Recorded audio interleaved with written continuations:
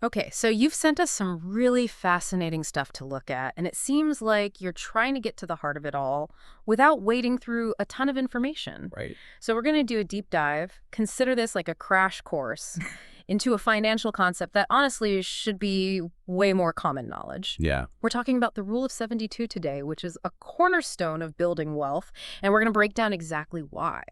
definitely.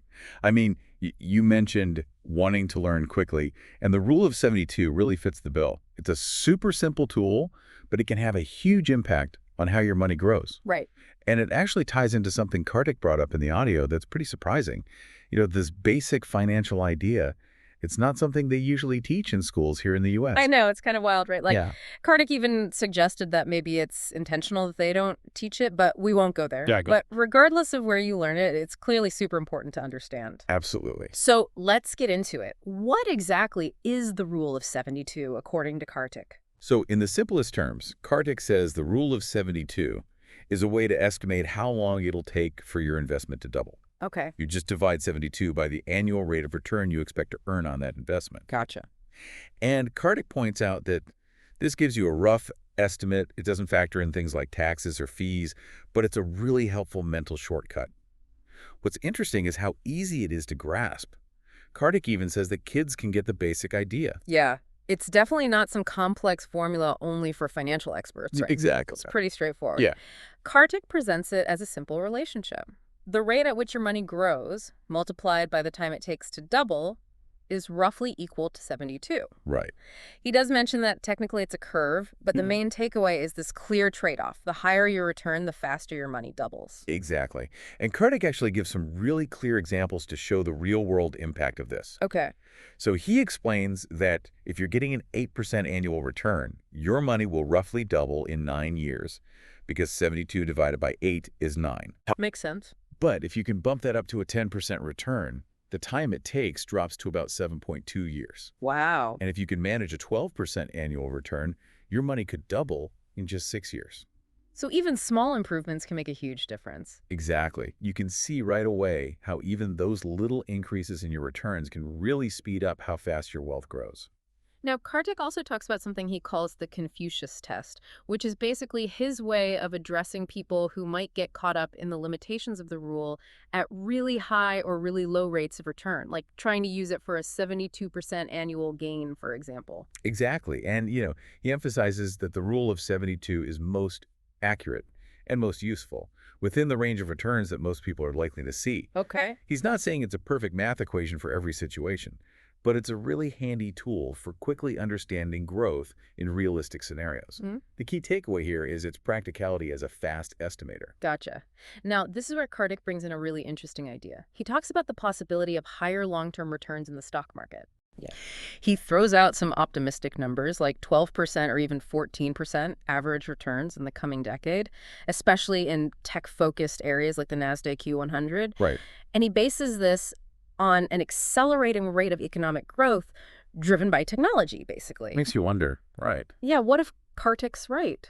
It's fascinating to think about because if those returns are higher than the historical average, then the whole idea of your money doubling becomes even more interesting. When you think about the rule of 72, even a small increase in your average return can shave years off the time it takes for your investments to really grow.